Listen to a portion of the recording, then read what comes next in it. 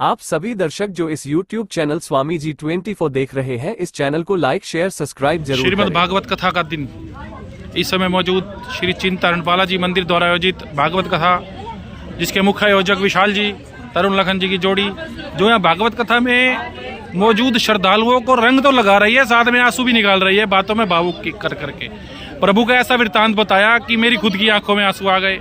ये इनकी कथा करने की कृपा है, प्रभु की कृपया, व्यासपीठ का आशीर्वाद है। आज मैं आपकी बात कराता हूँ इनसे। बताइए बताइए जी। जय श्री राम, राधे राधे। आचार्य तरुण, आचार्य लखन जी, आदरणीय आचार्य विशाल जी, चिंतारण हनुमान जी महाराज की अनुकंपा। व्यासपीठ पर बैठा वक्ता सिर्फ बंसी होता है, उस बंसी में फूंक तो ठाकुर जी मारते हैं। हम तो कहने वाले कुछ है ही नहीं, ना कह सकते हैं। ये चिंतारण हनुमान जी महाराज का आशीर्वाद है जो इस मंच से कुछ कहा जा रहा है और सारी जनता रो भी रही है, हंस भी रही है और नृत्य भी कर रही है। ये सौभाग्य है। प्रथम दिन हमारे मन में भी संशय था, इतना बड़ा पंडाल तो लग गया, इस पंडाल में लोग भी आएंगे कि नहीं आएंगे, मगर हनुमान जी से प्रश्न था। हनुमान जी ने उत्तर नहीं दिया, हनुमान जी ने करके दिखाया है। पूरे पंडाल में एक भी दिन पाँव रखने की जगह नहीं थी। ये बहुत बड़ी उपलब्धि इस सत्संग की थी और भक्त सिर्फ यहाँ देखने नहीं आ रहे थे क्या हो रहा है, मगर भक्त यहाँ तल्लीन होने आ रहे थे। रास्ता तो ऐसा लग रहा था रास है, विवाह था तो ऐसा लग रहा था सोनीपत में ठाकुर जी का विवाह है प्रताप। और जब भगवान जा रहे थे तो ऐसा लग रहा था कि वृंदावन से नहीं, जैसे ठाकुर जी सोनीपत छोड़ के जा रहे हैं। एक एक भक्त रो रहा था। यही कथा का विधान है श्रवण का। शुभकामनाएं देते हुए यही कहेंगे कि सोनीपत में ऐसी शख्सियत, सोनीपत में चिंतारण हनुमान जी की कृपा निरंतर नित्य बरसती रहे, बनी रहे और ऐसी रस धाराएं सदैव बहती रहें। यही शुभकामनाओं के साथ मैं महाराज जी से अनुग्रह करूंगा। दो शब्द आप कहें। गंगा तो कथा रूपी बह ही रही है, अभी तो आदरणीय हमारे विशाल पंडित जी ज्येष्ठ भ्राता के रूप में, चिंता हरण मंदिर के मुख्य पुजारी के रूप में, हनुमान बाबा के परम सेवक के रूप में उन्होंने गंगा तो बहाई है, लेकिन उसके साथ कथाएं हर जगह होती हैं, गली गली में कथाएं होती हैं। लेकिन कथाओं के बीच में बड़े बड़े संतों का उद्गम हो जाना, संतों का आ जाना बड़ी बात हो जाती है। तो एक गंगा नहीं बह रही, रामायण में लिखा है, राम भक्ति जहाँ सुर सरी धारा, सरसई ब्रह्म विचार प्रचारा। कहते हैं जहाँ गंगा जमुना सरस्वती मिल जाए वहाँ वैकुंठ हो जाता है। तो सोनीपत को वैकुंठ बनाने का काम विशाल जी ने, हिमांशु जी ने और उनकी पूरी टीम ने मिल करके बढ़ चढ़ करके किया है। तो जो संत आ रहे हैं वो भी एक गंगा है, भागवत जो बह रही है भागीरथी वो भी एक गंगा है। ब्रिज से हमारे बीच में खूब ब्राह्मण आए हुए हैं, इधर से भी बहुत ब्राह्मण आए हुए हैं और ऐसा अनोखा पंडाल जिसको शब्दों में वर्णन नहीं किया जा सकता। तो पुनः बारंबार सबसे पहला तो धन्यवाद चिंतारण हनुमान जी महाराज जी के श्री चरणों में, जिनके बिना दुनिया की कोई भी राम कथा, भागवत कथा, शिव कथा कभी पूरी नहीं हो सकती। कर्णधार भले इनके अंदर हमारे विशाल जी हों, लेकिन पुनः वो जो बल पीछे से आ रहा है वो बल किसी और का नहीं, वो बल बालाजी महाराज का है। तो उनके चरणों में बारंबार प्रणाम। वो बल ऐसे बढ़ता रहे और निरंतर सनातन धर्म की रीढ़ की हड्डी मजबूत होती रहे और ये ऐसे ही सनातन संस्कृति के अंदर मर्यादाओं का उद्गम, प्रेम का उद्गम, त्याग का उद्गम और देश को आगे बढ़ाने का उद्गम सर्व बढ़ता रहे। यही मानस मैया श्रीमद् रामचरित्र मानस को प्रणाम करके, श्रीमद् भागवत महापुराण को प्रणाम करके, हनुमान जी को प्रणाम करके और आप सभी को प्रणाम करके चैनल के माध्यम से मैं आग्रह करूंगा, हमारे बीच में विशाल जी भी हैं, वो दो शब्द जरूर कहें जय बाबा के लिए। विशाल जी, दो शब्दों की अपेक्षा आपसे ही करता हूँ। जय श्री राम।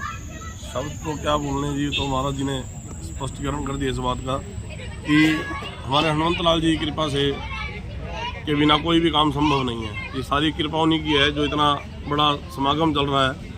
मैं तो कहूँगा कि मैं तहे दिल से धन्यवाद करना चाहूँगा पूरी सोनीपत की जनता का, जितना इतना बढ़ चढ़ कर सहयोग किया हम सबका। और निरंतर इस ठंड में जो है कथा सुनने के लिए, जो श्रवण करने के लिए महाराज जी के आ रहे हैं, तो मैं इसी शब्दों के साथ अपनी वाणी को विराम देता हूँ और धन्यवाद पुनः करता हूँ सभी का। जय श्री राम, जय श्री बालाजी। जय जय राम, सभी को जय जय राम।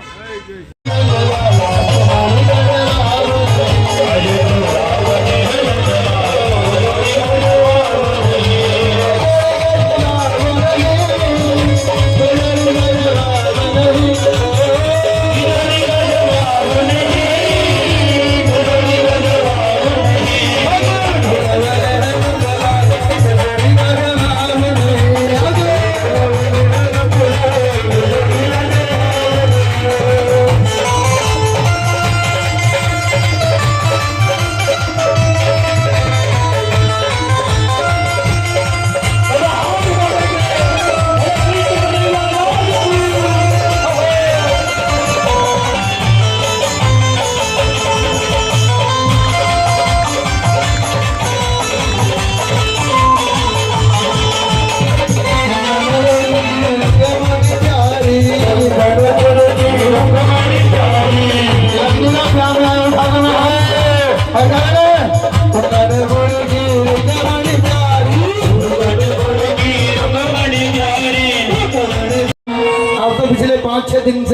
निरंतर हरि नाम ले रहे हैं।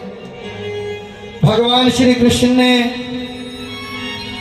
प्रेम से बोलो जय श्री राम, देवकी से ज्यादा सम्मान यशोदा को दिया, जिसके पास उसका लालन पालन हुआ। वासुदेव से ज्यादा नंद बाबा के चहेते बने। ताली बजा दो ठाकुर जी के लिए। ऐसे ही हमारे जन्म देने वाले हमारे सामने भले बैठे हैं, हमारे पिताजी, हमारे माताजी, लेकिन हमारे को पोषण देने वाले, हमें संस्कार देने वाले, जैसे भगवान श्री कृष्ण को वो तो पैदा होकर के माँ बाप बदल गए, ऐसे माँ बाप से बढ़ करके सम्मान देने वाले हमारे बीच में आदरणीय लवलीश सचदेवा जी हैं। एक बार जोरदार ताली बजा दीजिएगा उनके लिए, उनके बिना अधूरे हैं। आदरणीय रामकृष्ण गौशाला के ट्रस्टी मेंबर भी हैं हमारे आदरणीय लक्ष्मी भैया जी, एक बार जोरदार ताली बजा दीजिएगा उनके लिए, जोरदार। चाहे हमारा वृंदावन जाना हो, चाहे हमारा गौशाला बनाना हो, हमें अपने जीवन में कोई भी काम करना हो, उनकी गाइडलाइन के बिना हम कहीं नहीं जाते। उनको भी बारंबार प्रणाम है। प्रेम से बोलो जय श्री राम। जिस मार्ग पे उद्धव जा रहे हैं, उस मार्ग पे एक नाला है, उस नाले से भाप निकल रही है। प्यारे, नाला है, उस नाले के संग संग उद्धव गए और एक टीला नंद महल है, नंद महल में गए। देखते क्या, चारों ओर महल में चीखने की आवाजें, चिल्लाने की आवाजें। यशोदा एक छोटा सा गुड्डा लिए है, उसे दूध पिलाती है, वो नहीं पीता, कान पकड़ती है। कान्हा, मैंने तुझे छड़ी दिखाई तो इसलिए मुझे छोड़ के गया है ना, मैंने तुझे ओखल से मांगा इसलिए छोड़ के गया ना, दूध पी ले लाला, दूध पी ले, ऐसा कहती है और प्यारे जमीन पर गिर जाती है, बेहोश हो जाती है, फिर जागती है। ये हाल है, ये हाल है यशोदा।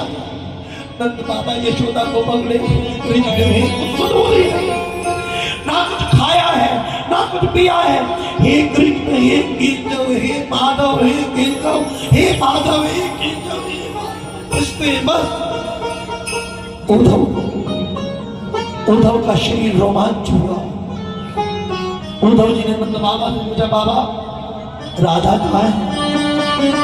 इशारा कर दिया यमुना की जगह, नीलांबर धारण करे हुए दिव्य राधा रानी कदम्ब के पेड़ के नीचे जहां कृष्ण खेला करते थे वहां बैठे।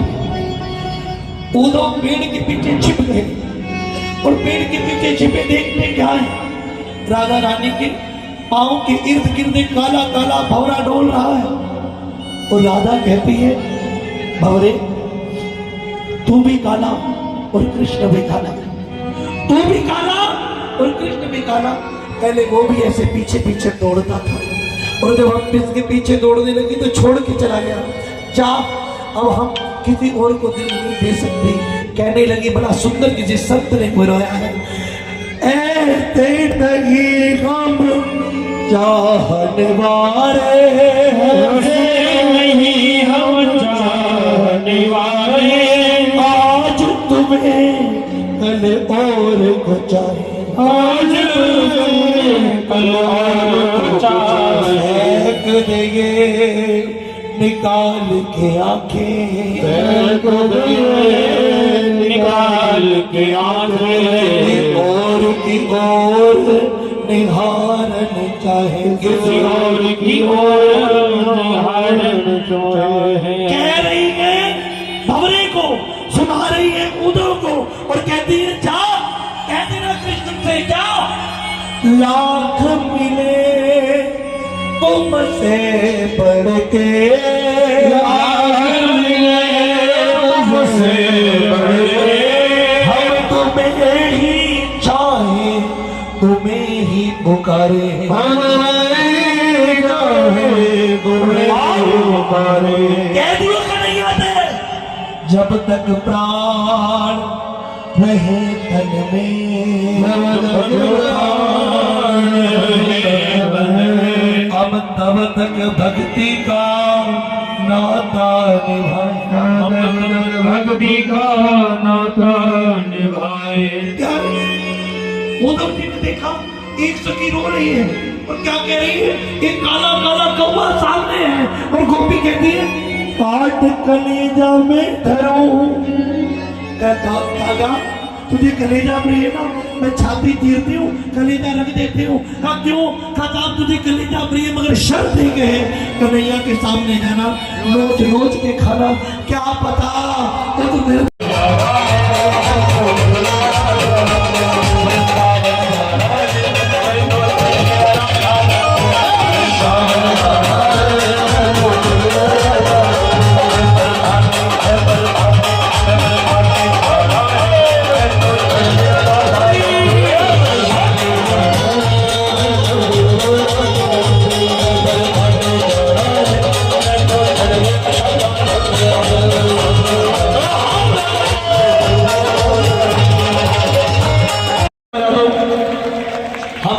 बगलामुखी होकर के आए और बगलामुखी माता से आनंदपुर साहिब होकर के आए। और जब आनंदपुर साहिब जाने का हमें अवसर मिला और जब हमने वहां पे गुरु गोविंद सिंह जी के शस्त्रों का दर्शन किया।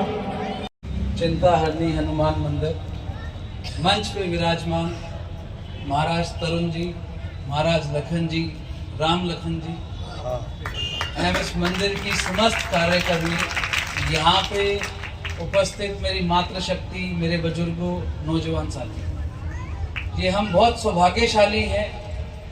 हमारे शहर के अंदर बहुत खुशी और हर्ष की बात है कि आए दिन पूरे शहर में कहीं ना कहीं भागवत जरूर होती है। तो ये हमारे शहर का सौभाग्य है कि हम इन संतों के, महात्माओं के विचारों से भागवत का सार सुनते हैं। भागवत का मतलब हर आदमी अलग तरीके से लिखता है, हर आदमी की अलग सोच है, हर एक का अलग अपना सोचने का जरिया है। अगर आज आप सोचो भागवत से जो हम सीखते हैं, जो हर सार सिखाता है, जो आज हम अपना निजी जीवन जी रहे हैं, उसको जीना सीखा। मैं ये समझता हूँ जितनी बार आप भागवत पढ़ोगे उतनी बार हर सार का, अगर एक सार भी आप पढ़ोगे उसका उतनी बार हर बार अलग मतलब सोचोगे, क्योंकि वो आपकी निजी जिंदगी से जुड़ा होगा। मैं ज्यादा समय नहीं लूंगा और ज्यादा आप सबका भी समय खराब नहीं करूंगा। साथ में एक और हर्ष का विषय है, आने वाली इस 22 तारीख को अयोध्या धाम में श्री राम जी का भव्य मंदिर का उद्घाटन है।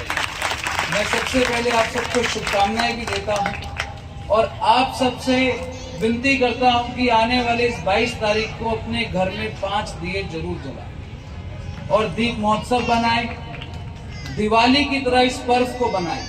क्योंकि आज के समय में, इस युग के अंदर जिसमें हम जी रहे हैं, हमारे जीते जीते यही एक मौका है, या तो जब राम भगवान कभी वन से वापस आए थे उस समय दीपावली बनी थी, या इस बार 22 जनवरी को जब राम जी का मंदिर तैयार होगा उस समय दिवाली बनेगी। तो इस महोत्सव को बहुत धूमधाम से मनाएं, क्योंकि हमारे सनातन के अंदर सबसे बड़ा एक तरीके का पर्व है 22 जनवरी। तो आप सब लोग धूमधाम से बनाएं। मैं आपको यही कहना चाहता हूँ। बहुत बहुत धन्यवाद। जय श्री राम। जोरदार ताली।